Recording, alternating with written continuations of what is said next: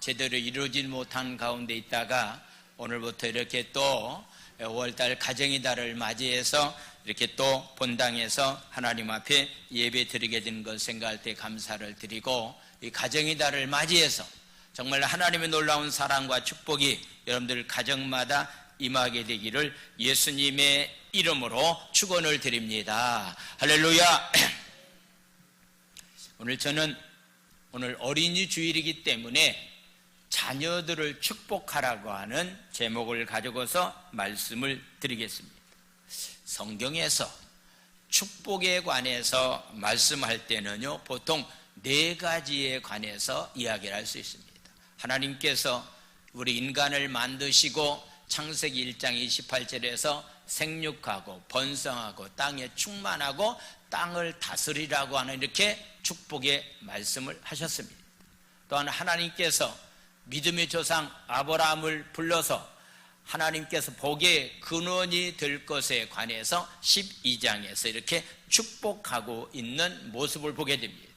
그래서 하나님께서 직접 하나님의 백성들을 축복하셨다라고 하는, 두 번째 축복이 있다고 한다면 오늘 본문에 나와 있는 말씀입니다.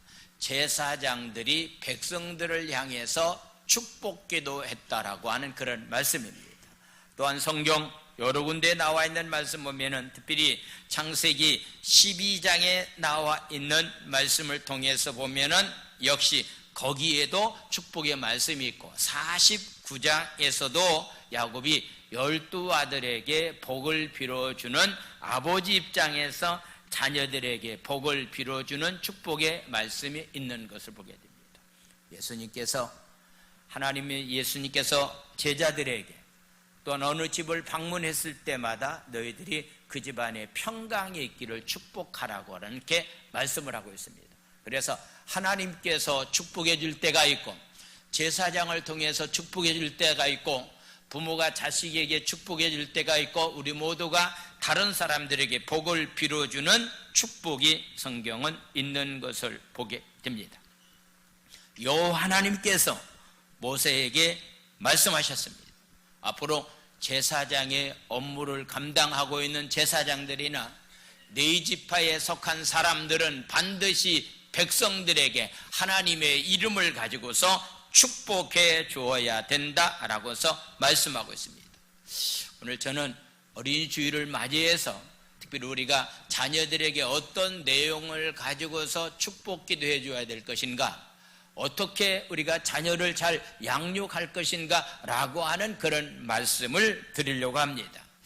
미국 교사들의 한 통계에 의하면은 학생 훈련 지도 대상들이 있습니다.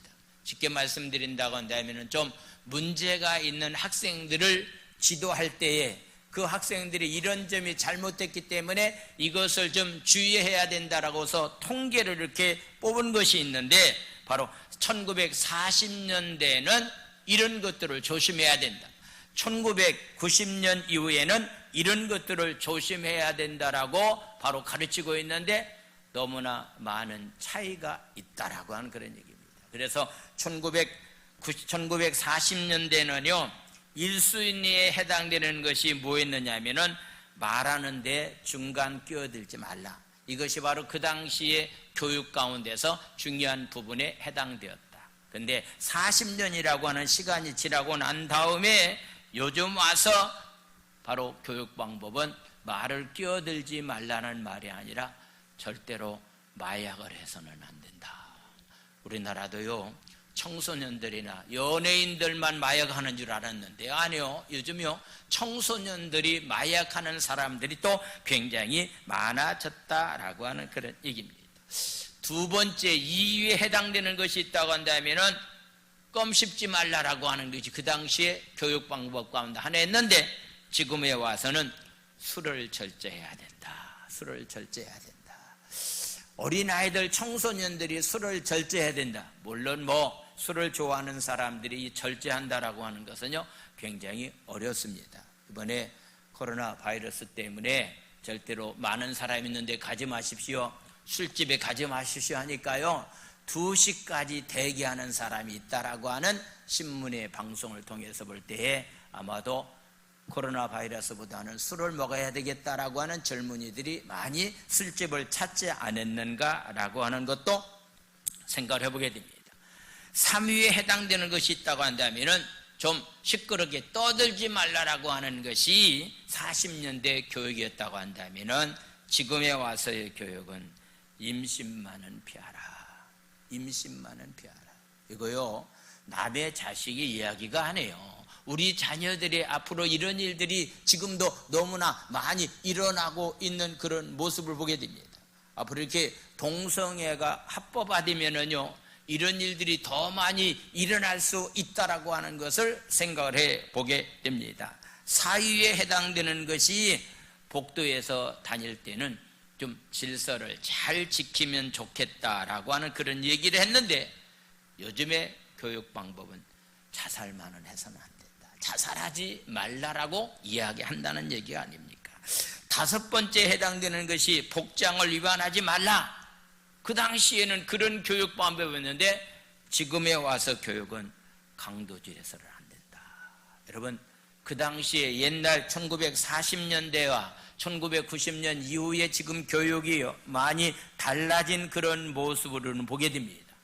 임신하지 말라, 자살하지 말라, 도둑질하지 말라, 성적인 면에서 죄를 범해서는 안 된다라고 하는 것. 이번에 성착취물로 인해서 문제가 되었던 학생들 가운데서요, 10대에 해당되는 학생이 13명이나 된다라고 하는 그런 통계가 나와 있는 그런 모습을 보게 됩니다. 이것이 미국에서 일어나는 일이 아니라 바로 우리나라에서 지금 현실적으로 일어나는 일이다라고 하는 얘기가 아닙니까? 이런 상황 가운데 있을 때에 어떻게 우리가 자녀를 양육할 것인가 라고 하는 것은요, 굉장히 중요합니다.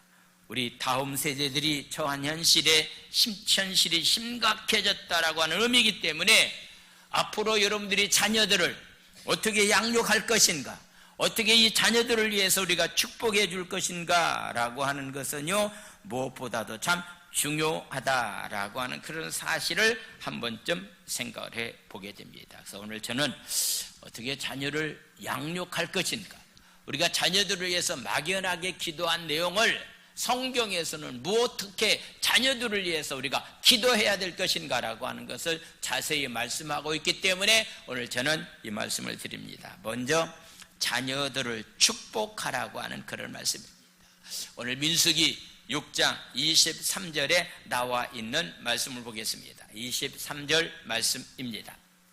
아론과 그의 아들들에게 제사의 업무를 감당하고 있는 레위 지파 사람들에게 이르기를, 너희는 이스라엘 자손을 위해서 이렇게 축복하라고 명령의 말씀을 하고 있는 그런 모습을 보게 됩니다. 이삭이 자기 아들 야곱에게 축복했습니다. 바로 야곱도 임종이 가까웠을 때 12아들에게 축복하고, 축복을 받지 못할 자식들에게는 아버지가 해서는 아니될 만한 일인데 저주스러운 일을 하고 있는 그런 모습을 보게 됩니다. 창세기 49장 말씀을 한번 찾아보도록 하겠습니다. 49장 말씀, 임종을 앞두고 있는 야곱이 자녀들에게 어떻게 했는가라고 하는 그런 얘기입니다. 여기에서 우리 자녀들이 어떻게 양육해야 될 것인가라고 하는 말씀이 다 나오는데, 야곱이 그 아들들을 불러 이르되 너희는 모이라, 너희가 후일에 당할 일을 내가 너희에게 이르겠다. 장차 너희들의 삶이 장차 이런 일이 일어날 것이다. 내가 너희들이 이렇게 축복하겠다, 내가 너희들 이렇게 저주하겠다라고 하는 그런 말씀인데, 3절 말씀을 보겠습니다. 루벤아, 장자입니다. 너는 장자다. 내 능력이다. 내 기력의 시작이다. 위풍이 월등하고 권능이 탁월했다라고서 말하고 있습니다. 유대 사람들은 장자가 받는 복이 굉장히 많습니다. 그래서 야곱과 에서가 이 장자권 가지고 싸우고 있는 모습도요, 그냥 장자와 차자와 차이는 많은 차이가 있다라고 하는 것. 그래서 루벤이 장자입니다. 많은 권한을 가지고 있습니다. 자기의 능력이라고 얘기하고 있습니다. 그런데 문제가 있습니다. 4절에 나와 있는 말씀, 물의 끓음 같았은저 너는 탁월하지 못하다. 내가 아버지의 침상에 올라 더럽혔음이로다. 그가 내 침상에 올랐었도다 라고서 말하고 있는 겁니다. 바로 루벤은 장자였지만은 장자권이 상실되었습니다. 왜냐하면은 아버지의 몸종과 자기가 성적인 관계를 가졌기 때문에 너는 장자가 될 수 없다라고 하면서 너의 미래의 삶은 축복이 아니라 저주스러운 삶이 될 것에 관해서 말씀하고 있습니다. 5절에 나와 있는 말씀, 두 번째와 세 번째 아들이 시몬과 레이입니다. 형제입니다. 그들의 칼은 폭력의 도구로 사용되었다라고서 말씀을 하고 있습니다. 그래서 바로 시몬과 레이는 바로 어떤 그런 아들이었는가라고 하는 것에 대해서 성경은 자세히 우리에게 말씀하고 있는데, 창세기 34장에 나와 있는 말씀 보니까요, 야곱의 딸 디나가 히족석에게 추장 세겜에게 강간을 당했습니다. 부끄러운 일을 당했습니다. 이 소식을 그의 오빠에 해당되는 시몬과 레이라고 하는 사람이 이 소식을 알게 되었습니다. 그런데 상대방에 있는 세겜 족속들은요, 결혼을 시켜야 되지 않겠느냐고서 요청을 합니다. 그때 바로 그들은, 야곱의 아들들은 얘기합니다. 절대로 이방인들과 결혼할 수가 없다.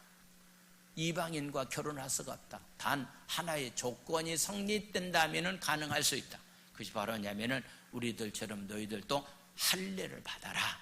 요즘 얘기한다면은 세례를 받아라. 세례 받지 않는 사람과는 결혼할 수가 없다. 할례 받지 않는 사람과는 결혼할 수 없다라고 하면서 할례를 강요합니다. 그랬더니요, 결혼시키기 위해서 세겜 족속에 해당되는 사람들이 다 할례를, 남자들이 다 할례를 받았습니다. 할례를 행하고 난 다음에 며칠 동안은 너무너무 힘들고 육체적인 고통이 있다는데, 가장 힘들고 어려운 상황이 있을 때에 기습해서 쳐들어가서요, 세겜 족속의 사람들을 다 쳐서 죽이는 그런 일을 했습니다. 그래서 그들이 바로 폭력의 도구로 사용되었기 때문에 너희들이 둘째, 셋째지만은 너희들에게는 축복이 있을 수가 없다라고서 말씀하고 있습니다. 네 번째 자식은 바로 우리가 잘 알고 있는 유다입니다. 유다. 그래서 첫째도 안 되고 둘째도 안 되고 셋째도 안 되고 네 번째에 해당되는 유다가 바로 장자의 역할을 해서 유다의 지파를 통해서 다윗이, 유다 지파를 통해서 예수님이 이 땅에 탄생하게 되었다라고 하는 것도 보게 됩니다. 그런데요, 다른 어떤 한 가지의 사건을 지금부터 제가 여러분들에게 말씀을 드리겠습니다. 근데 레이라고 하는 사람이 폭력의 도구로 사용되었는데 어떻게 제사의 업무를 감당할 수가 있었겠는가라고 하는 그런 얘기입니다. 성경 출애굽기 32장 25절에서부터 29절까지의 말씀을 한번 보도록 하겠습니다. 출애굽기 32장입니다. 모세가 먼저 백성이 방자하니 이는 아론이 그들을 방자하게 하여 원수에게 조롱거리가 되게 했다. 모세가 시내산에 올라가서 십계명을 받으러 올라간 사이에 40일 동안 기다려도 지도자가 안 내려오니까 산 밑에 있는 사람들이 아론을 들치게 가지고서 우리 모세 기다릴 필요가 없고 다른 신을 만들어서 우리가 섬기면 되지 않겠냐면서 우상을 만들어서, 소우상을 만들어서 그들이 우상을 숭배하게 되었습니다. 26절의 말씀입니다. 이에 모세가 진문에서 이르되 누구든지 여호와의 편에 있는 자는 내게로 나오라 하며 네 자손이 다 모여 그에게로 갔다. 하나님께서 그 모습을 보시고서 그냥 놔두지 않겠다는 거예요. 이스라엘 민족을 다 심판하겠다라고, 이스라엘 민족을 진멸시키겠다고 얘기하고 있는 거예요. 모세가 하나님 앞에 기도합니다. 하나님, 이스라엘 민족을 여기서 죽이면은 하나님을 이방인들이 무엇라고 말하겠습니까? 절대로 안 됩니다. 잘못을 용서해 달라고 이렇게 하나님 앞에 기도했더니 모세의 중복 기도를 통해서 하나님께서 이스라엘 민족들을 다시 살려주는데 방법은 하나 있습니다. 그동안에 잘못한 그 우상을 숭배한 것을 회개하고 이제부터 하나님 편에 서서 일할 수 있겠다라고 결정한 사람들만 하나님 편에 서 있어야 된다. 그래서 모세 편에 붙어라 얘기했더니요, 많은 사람들이 추종하지 않았지만은 레위 지파에 속한 사람들만 모세 편에 서서 모세의 명령 따라서 앞으로 우리가 삶을 살겠다고 결단하고 그러고 난 다음에 우상을 숭배했던 사람들, 다 알고 있는 사람들, 다 친척에 해당되는 사람들이라 할지라도 칼로 쳐서 그들을 다 죽였다라고 하는 그런 말씀이 출애굽기 32장에 나와 있는 말씀입니다. 우리가 부모를 잘못 만날 수도 있습니다. 부모로부터 충분한 그런 사랑을 받지 못한 가운데서 탈선된 그런 자리에서 우리가 있을 수도 있습니다. 그런데 중요한 것은요, 어떤 자리에 있다 할지라도 우리가 과거의 잘못을 청산하고 하나님 편에 서기만 하면은, 말씀 편에 서기만 하면은, 교회 편에 서기만 하면은, 목회자 편에 서서 함께 일하기만 한다고 한다면은 저주의 상황 가운데 있었던 레이지파가 다시 하나님의 축복된 자리에 와서 귀한 일을 할 수 있게 되었다라고 하는 그런 사실을 성경은 우리에게 말씀을 하고 있습니다. 민수기 6장 23절에 아론과 그의 아들들은 제사장들을 의미하는데, 바로 이들은 바로 제사장으로서의 귀한 사명을 감당하는데, 그 가운데 하나가 바로 백성들에게 복을 빌어라, 자녀들에게 복을 빌어라, 후손들에게 복을 빌어야 된다라고서 말씀하고 있습니다.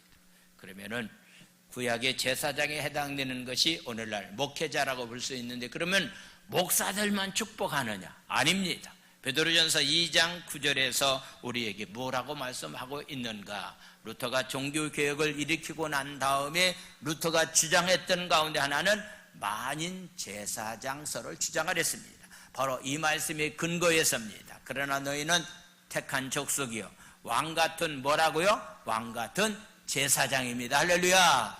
우리 옆 사람과 인사하겠습니다. 우리는 제사장입니다. 할렐루야. 제사장이 해야 될 만한 사명이 뭐예요? 백성들을 향해서 복을 빌어주는 일을 제사장이 해야 된다고 한다면은, 부모들이 자식들에게 해야 될 만한 것도 역시 복을 빌어주는 그런 일들을 해야 된다라고 하는 그런 말씀입니다. 부모와 집안의 어른은 그의 자녀와 그의 자손들을 축복해주는 축복권자가 되었습니다.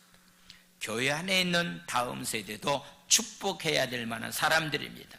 교회 사역도 축복해야 될 만한 사역이 가장 중요한 것 가운데 하나라고 생각을 해보게 됩니다. 그래서 목회자는 성도들을 마음껏 축복해주고, 성도들은 목회자를 마음껏 축복해줄 때 아름다운 공동체가 만들어 갈 수 있다라고 저는 생각하게 됩니다. 리모델링 공사하는 일이 힘들고 어려운 일이 많이 있지만은요, 저는 약 40일 동안 제가 아침마다 이렇게 일찍 일어나서 하루 종일 인부들과 함께 있으면서요 지내는 동안에 그렇게 힘들다라고 생각한 적이 없었습니다. 매일 아침에 인부들이 오면은 차를 대접하고 그들이 함께 일하는 날이 되고, 하루 일과가 끝나면은 내일은 또 새로운 일이 이렇게 전개되겠구나라고 하는 그런 기대감 가운데서 하루하루를 지났는데, 한 3일 동안 청소하는 일은 저도 굉장히 좀 힘들었습니다. 굉장히 이 청소한다라고 하는 것이 굉장히 힘들구나라고 하는 그런 생각되어 왔습니다. 우리가 일을 할 때요, 어떤 마음을 가지고 일을 하느냐라고 하는 굉장히 중요합니다. 몇 사람들이 인부들이 와서 일하고 있는 그런 모습을 보았을 때요, 목수들은 다 그렇더라고요. 목수의 하는 일은 연장만 가지고 와서 재료 다 갖다 주면은 그 연장 가지고 재료를 가지고서 일거리를 만드는 거. 어떤 면에서 무슨 일이든지 하는데, 만약에 재료를 만들어 주지 않는다고 한다면은 목수는 이러지 않습니다. 재료를 다 갖다 줘야만이 목수가 일을 하는데, 아마 이런 면에서 이렇게 건축업자들이 참 속타는 일이 굉장히 많이 있을 것 같다. 그래서 어제도 이렇게 어느 목수들이 일을 하는데 일을 제대로 하지 못한 가운데 있어서 그냥 업자 되시는 장로님 막 화를 내시더라고요. 그래서 이제 결국은 두 사람이 같이 일을 하는데요, 1시 넘도록 일을 해서 2층을 이렇게 마감하고 이렇게 돌아가는 그런 모습을 봤거든요. 그래서 어떤 일이든지 간에 목사만 힘든 것이 아니고 세상 삶을 살아가는 그 자체가 굉장히 힘들고 어려운 일이 굉장히 많이 있구나라고 하는 그런 생각을 해봤습니다. 그런데 일하는 사람이 가져야 될 만한 자세가 있다고 한다면요, 기쁜 마음을 가지고 일해야 됩니다. 기쁨을 가지고 일을 하게 된다고 한다면요, 어떤 면에서 일을 하는데도 능률도 많이 나타나고, 또 기쁜 마음을 가지고 일을 하게 되면요, 옆에 있는 사람들이 좀 도와주고 싶은 그런 생각도 없지 않아 있습니다. 여러분들이 좀 찬양을 많이 하고요, 기도를 많이 해야 됩니다. 왜냐하면요, 이 천장 공사가 한 2주 넘도록 이루어졌는데요, 목수들이 왔어요. 요즘 뭐 트로트 그냥 노래가 너무 좋으니까 그냥 라디오를 가지고 와가지고서 2주 동안 얼마나 이 천장을 울렸는지 몰라. 여러분들이 기도 많이 해야 돼요. 기도 많이 해야만이 그동안 이 안에 가득 찬 악한 영들이 그냥 다 떠나가게 될 줄 믿습니다. 이번에 공사하는데요, 하늘에서 불이 내려왔습니다. 하늘에서 불이 내서 철제를 이렇게 땜질을 하는데요, 불덩어리가 떨어져가지고 이 강단을 다 태워서 이쪽에 큰일 날 뻔했죠. 그래서 우리 김홍란 장로님이 이거 새로 해야 되겠는데, 그래서 이거 헌지 얼마 안 됐기 때문에 그냥 놔야 됩니다. 그러더니 며칠 있다가 불이 나서 말한 대로 우리 김홍란 장로님이 그 강단을 공사를 이렇게 다시 하는데 이렇게 헌금을 해주셨어요. 어떤 마음의 자세를 가지고 일하느냐라고 하는 거 굉장히 중요합니다. 제가 보니까요, 5시가 딱 되면은요, 목수는 자기 현장 가져오면 가지고 그냥 갑니다. 뭐 주인이 뭘 시키든지 말하든지 우리는 5시만 딱 되면, 그래서 조금 더 여유 있게 좀 일을 했으면 좋았을 텐데라고 하는 것은 우리의 생각이지 그들과는 생각은 아니었습니다. 아마도 일할 때 우리 주일도 마찬가지고 어떤 일도 마찬가지인데, 일할 때 우리가 어떤 마음의 자세를 가지고 일하는 것은 참 중요하다라고 하는 것. 여러분들이 이왕에 여러분들이 자녀를 양육할 때요, 자녀들이 잘 돼야 될 것이 아닙니까? 미래가 있는 자녀들로 여러분들이 양육해야 될 것이 아닙니까? 그렇다고 한다면 성경은 말합니다. 축복하라, 축복하라, 축복하라고 말씀하고 있습니다. 그래서 오늘 여러분들이 기도를 통해서 자녀들을 축복하는 일이 얼마나 중요한 것인가라고 하는 것을 성경은 우리에게 말씀하고 있습니다. 자, 고난을 대표하는 인물은 욥이라고 하는 사람입니다.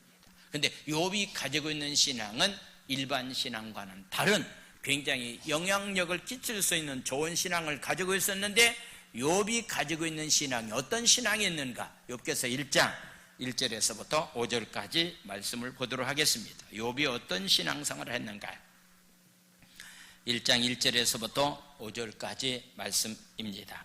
우스 땅에 욥이라고 불리는 사람이 있었는데, 그 사람은 온전하고 정직해서 하나님을 경외하면서 악에서 떠난 자였다라고서 말합니다. 하나님을 정직한 가운데서 온전하고 하나님을 경외하면서 악에서 떠난 자였다. 욥은 이렇게 삶을 살았습니다. 2절 말씀 보겠습니다. 그에게는 아들 7과 딸 3이 태어났다. 10남매입니다.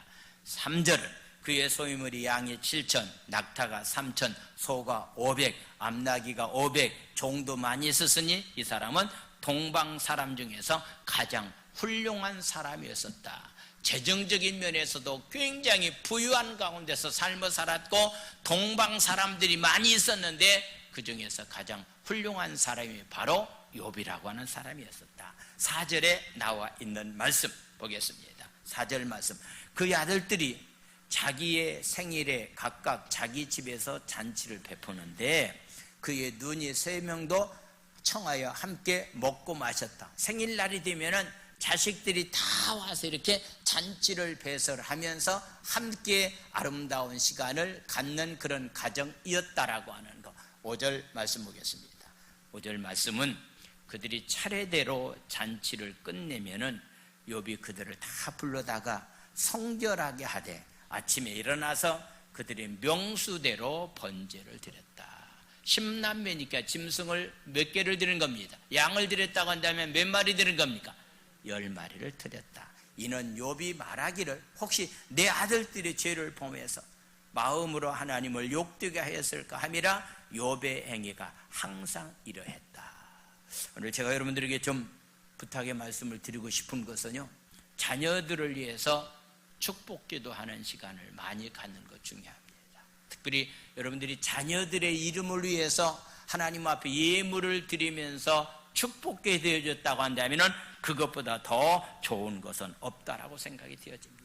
바로 욥은 하나님 앞에 자녀의 이름을 가지고 예물을 드리면서 혹시 자기 시야를 벗어나서 혹시라도 자기의 자식들이 하나님 앞에 범죄한 일이 혹시 있을 수도 모른다. 그렇기 때문에 그들의 잘못을 용서해 달라고 하나님 앞에 드리면서 삶을 살았던 아름다운 신앙의 삶의 모습을 보게 됩니다.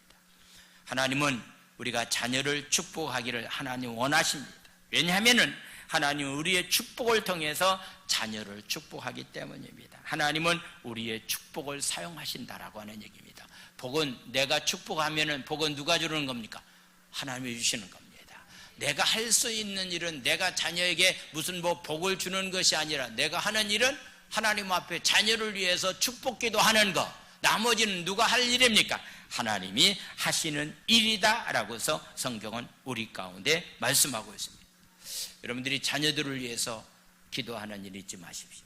그리고 자녀들을 위해서 매 주일에 많고 적은 것을 떠나서 자녀들의 이름을 가지고 하나님 앞에 예물을 드리면서 신앙생활 하는 것은 참 중요하다라고 하는 사실을 우리에게 말씀하고 있습니다. 그래서 민수기 6장 27절은 이렇게 말씀하고 있습니다. 6장 27절, 그들은 이같이 내 이름으로 이스라엘 자손에게 축복할지니 내가 그들에게 복을 주겠다. 우리가 해야 될 일, 부모들이 해야 될 일은 복을 비는 일만 하는 것이고, 복은 누가 주시는 겁니까? 하나님이 복을 주신다라고 하는 그런 말씀입니다. 여러분들이 자녀들에게 무슨 복을 유산을 남겨주려고 하지 말고, 여러분들이 해야 될 일은 자녀들의 축복을 비는 일이 부모가 해야 될 일이고, 결국은 복은 하나님이 책임져 주신다라고 하는 말씀.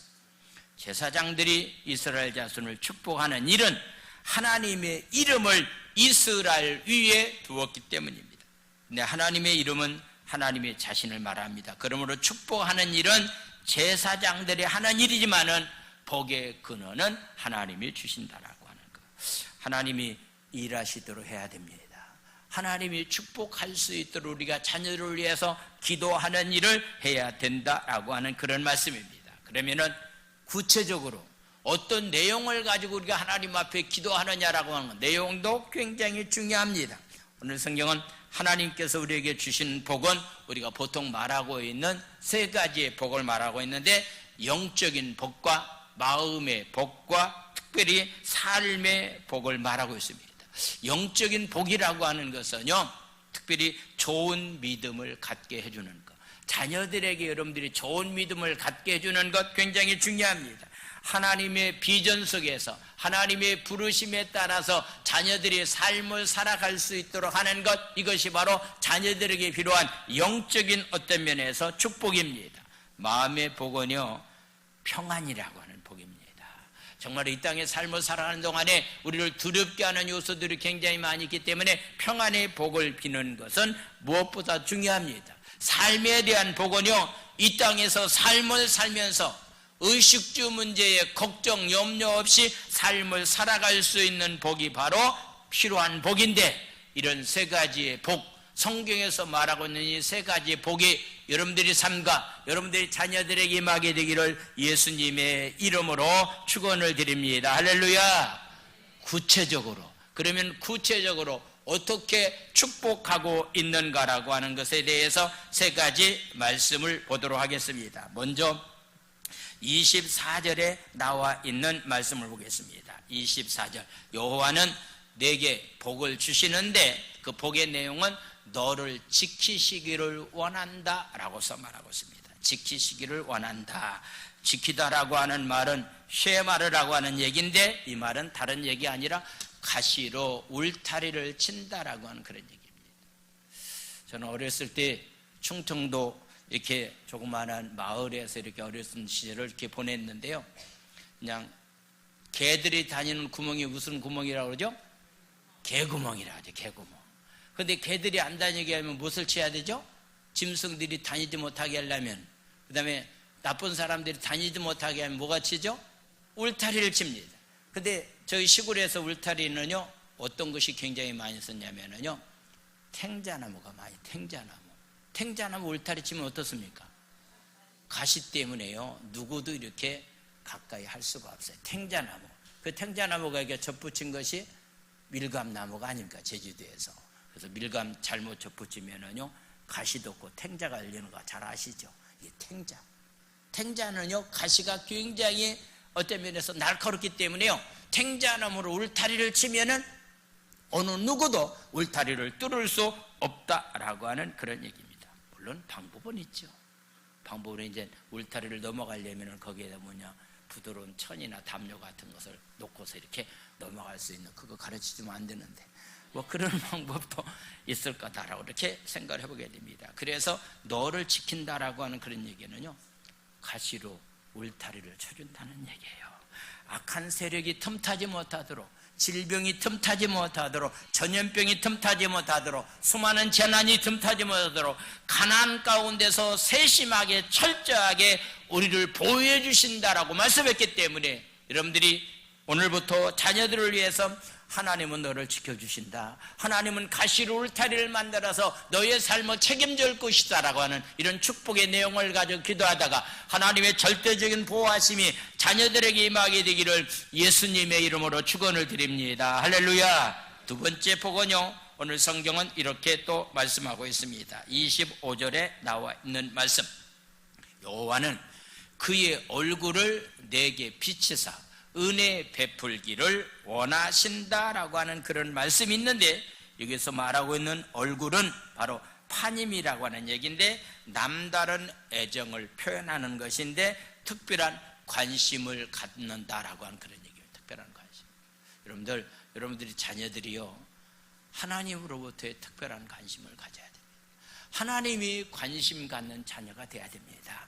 여러분들이 후손들이 하나님의 관심 갖는 자녀가 되기만 한다고 한다면요 하나님께서 관심하는 자녀가 된다고 한다면은 그 앞길은 하나님의 축복된 앞길이 될 수가 있다라고 하는 그런 사실을 우리에게 말씀하고 있는 겁니다. 그래서 특별히 하나님의 관심 속에서 이 귀한 자녀들이 성장할 수 있도록 복을 빌어주는 것은 굉장히 중요합니다. 그래서 얼굴을 비추다, 오르다라고 하는 얘기인데 하나님의 애정을 감정적으로 표현하는 것인데, 다시 말씀드린다고 한다면 하나님의 얼굴을 내게 비추기를 원한다라고 하는 그런 얘기는 사랑의 다른 표현을 말하고 있는데, 하나님의 사랑이 충만한 자녀가 되기를 위해서 기도하라고 하는 그런 얘기입니다. 하나님의 사랑에 충만한 것으로 채워진다 한다면 그 사랑을 가지고 이웃을 사랑할 수도 있고 자기를 사랑하면서 삶을 살아갈 수 있게 된다라고 하는 것을 말씀하고 있습니다. 기억하십시오. 하나님이 자녀를 지켜주기를 원한다. 하나님이 깊은 관심 가운데서 자녀들이 잘 성장하기를 원한다. 마지막 세 번째는요, 하나님은 너에게 은혜를 베풀기를 원한다라고 하는 그런 얘기인데, 바로 은혜는 하나니라고 하는 얘기인데 구부리다, 아랫사람에게 몸을 굽히다는 의미인데, 이 말은 바로 하나님께서 우리를 긍휼히 여겨주신다. 하나님의 은혜. 우리는 하나님의 은혜가 아니고서는요 한순간도 살아갈 수 없는 존재가 아닙니까? 적어도 우리는 이런 면에서 하나님의 은혜를 입은 사람입니다. 바울은 하나님께서 우리에게 어떤 은혜를 베풀어 주셨는가? 에베소 2장 4절과 5절의 말씀을 보겠습니다. 2장 4절 5절, 긍휼이 풍성하신 하나님이 우리를 사랑하신 그 큰 사랑을 인하여 허물로 죽은 우리를 그리스도와 함께 살리셨고 너희는 은혜로 구원을 받은 것이라. 할렐루야. 하나님의 은혜가 바로 이런 겁니다. 하나님께서 영원히 죽을 수밖에 없는 저와 여러분들을 하나님의 은혜로 우리를 살려주셨다라고 하는 것. 하나님 우리를 은혜로 살려주셨다고 한다면 우리에게 날마다 삶의 현장에 하나님의 은혜가 임하는 삶이 우리 가운데 반드시 있어야 됩니다. 왜냐고 묻는다고 한다면 하나님의 은혜가 임하면 이런 역사가 나타날 것을 고린도서 9장 8절에서 이렇게 말씀하고 있습니다. 고린도서 9장 8절 말씀 읽습니다. 시작. 하나님이 능히 모든 은혜를 하시나니 이는 너희로 모든 일에 항상 모든 것이 넉넉하여 모든 착한 일을 넘치게 하게 하려 하심이니라. 할렐루야. 너희로 모든 일에 항상 넉넉하게 해서 은혜가 차고 넘치는 자로서의 삶을 살아갈 수 있는 그런 귀한 삶이 될 수 있도록 해 주시겠다라고 하는 얘기입니다. 모든 것이 영육간에 넉넉해야 됩니다. 그래야만이 착한 일을 넘치게 할 수 있습니다. 그래야만이 하나님께서 주시는 참된 평강, 샬롬의 축복을 누리면서 우리는 삶을 살아갈 수 있습니다. 그래서 오늘날은 하나님의 은혜, 예수 그리스도의 은혜와 하나님의 사랑과 성령의 교통하심을 가지고 우리가 축복기도 하는데, 바로 구약적인 면에서 나온 그 내용이 바로 그런 얘기입니다. 하나님의 지키심, 보호하심, 하나님의 사랑, 하나님의 은혜, 이것은 자식들에게 꼭 필요한 것이기 때문에 이런 제목을 가지고 기도하면은 자식들이 하나님께서 책임져 주실 것에 관해서 말씀하고 있기 때문에 오늘 말씀 듣는 것으로 끝나지 않냐고, 여러분들이 삶 현장에서 이 세 가지 축복의 내용을 꼭 기억하면서 자식들에게 날마다 복을 빌면서 기도하다가 복을 빈 그대로 자녀들에게 하나님의 축복이 나타나게 되기를 예수님의 이름으로 축원을 드립니다. 할렐루야.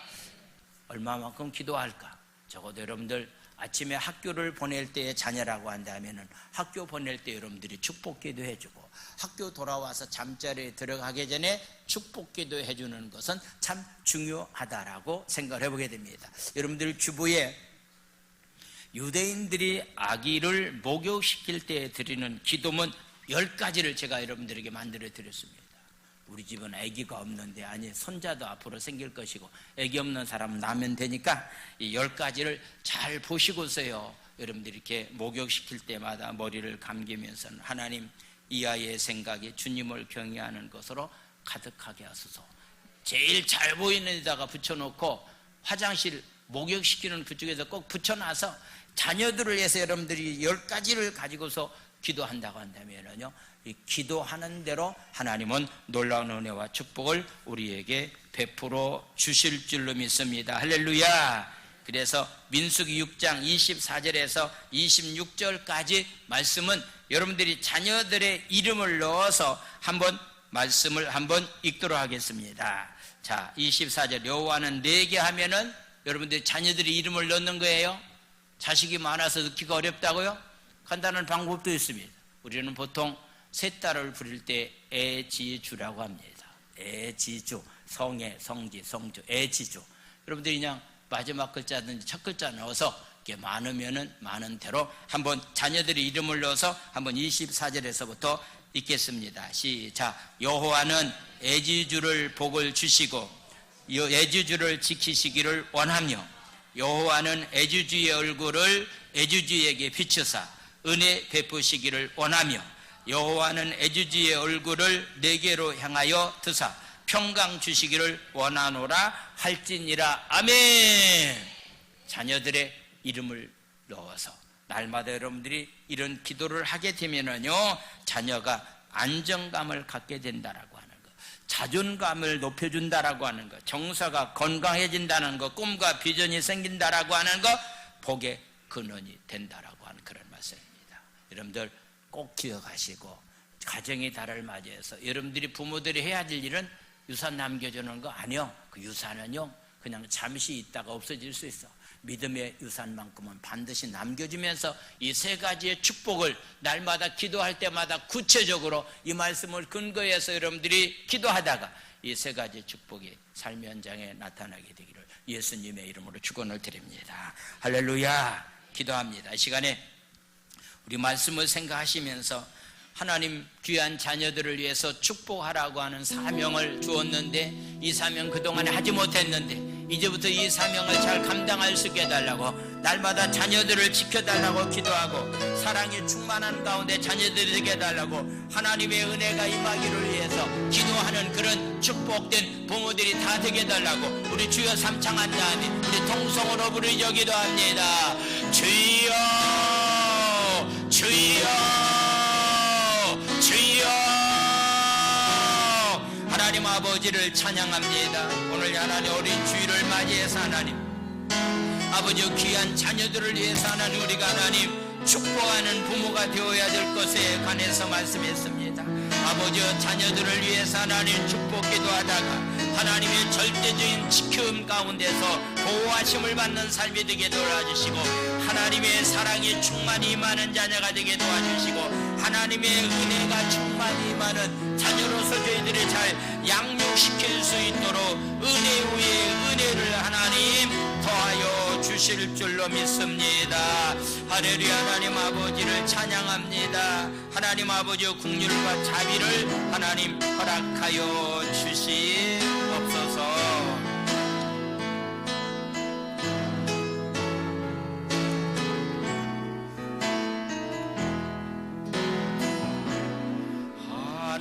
하나님은 너를 지키시는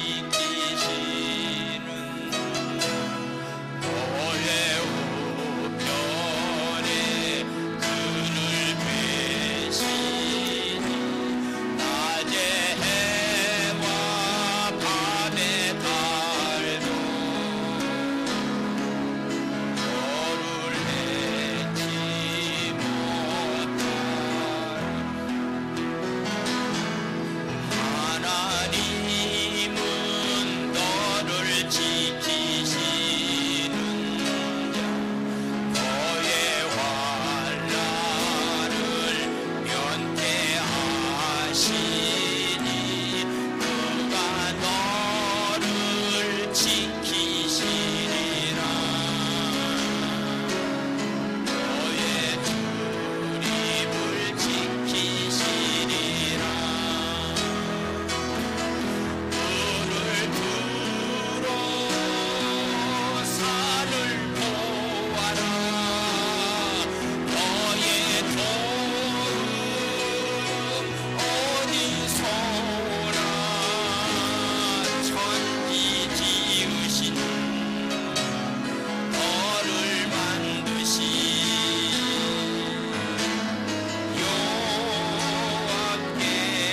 여호와께로다.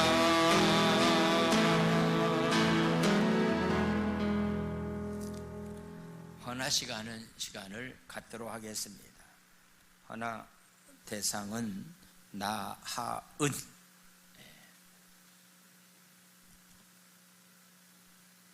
우리 나종원 집사님과 우리 김나경 집사님 자녀 이쪽으로 올라오세요.